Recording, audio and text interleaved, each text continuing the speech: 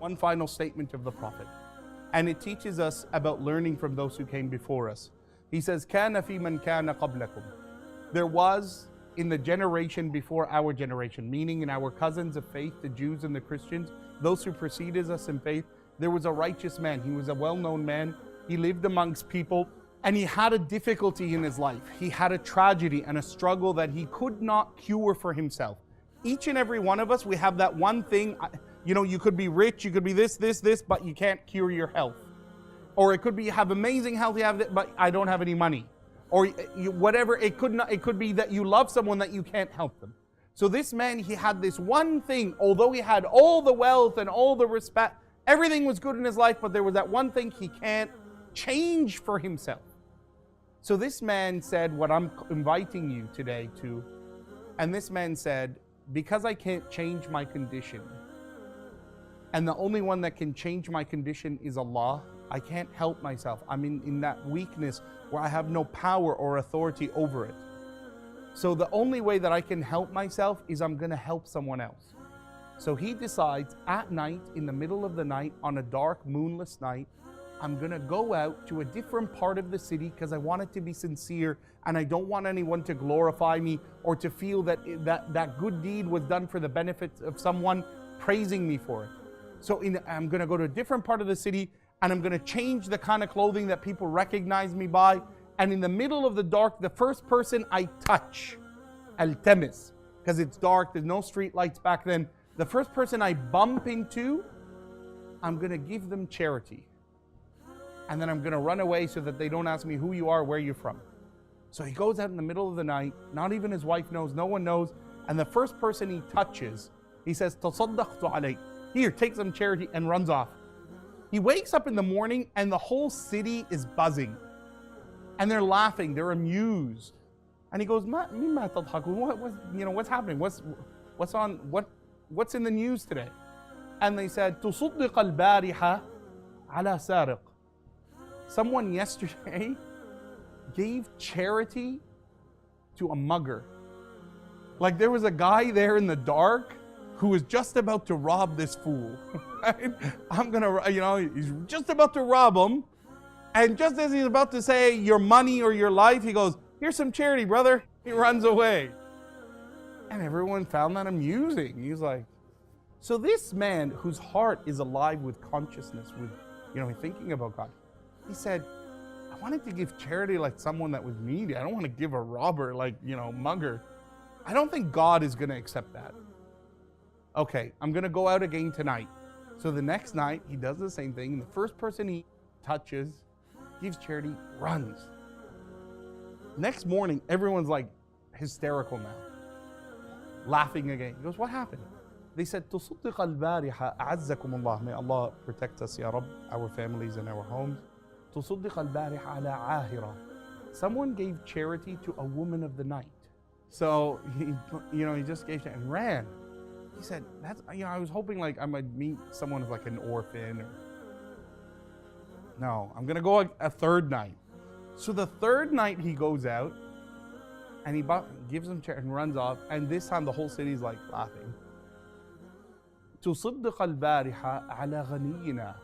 Someone stopped the wealthiest man of our city and gave him charity. Like he stopped the Lord Mayor and said, here's a couple of bucks, right? And then the Sahaba, when they heard the Prophet retelling this story, they were laughing. And he said, "Atadhakun, you laugh from this. Amma al-ula," as for that first night, أخذ السارق الصدقة واكتفى ولم يأذ أحد. The thief who took that charity that night, he said, "This is enough for me. I don't need to hurt anyone tonight," and went home. Now see, that charity that man underestimated. See, we underestimate our good all the time. See, sometimes you see someone sitting at the corner of a road and you say, "Oh, if I give him like £2, he's gonna drink it." Yeah, but perhaps if you give it to him, he won't stop other people. And perhaps if you give him something that is enough for him, it might shelter him, and he might say, "Well, I don't have to stay longer or later on the street. I'm just gonna go to the shelter." Perhaps your one charity may prevent harm to others who you never even thought about that were coming later in that road. And that man who took that mugger, who took that money, he said, I don't need to be out here. And he went back and, spoke at their pub or wherever, and he hang out and said, hey, this is, can you believe this happened? And everyone's laughing at that fool who gave him charity. But that act of generosity did not just stop there. It extended to everyone else who might have been harmed by that mugger. And then the Prophet said, as for the second night, that woman who sometimes we're so judgmental. See, sometimes we look at a person, you might say, why would anyone do that to themselves? Or, that's disease and home wrecker. And, why would any woman, sell herself like that? See, what your short-sightedness is that your assumption is that God's favor is more for you than her. And it's not entirely true. It's not true. And that woman, the Prophet said, she took that money, وَعَفَّتْ نَفْسَهَا, and she said, I don't need to dishonor myself, and I'm going to go home. And he protected her, and he protected those who were going to come for her from that sin. For us as Muslims, we have no judgment towards other people. Judgment is only with Allah. See, perhaps that young lady who you see with that contemptful eye, if she had been given the life you would given, she would be much better than you are today.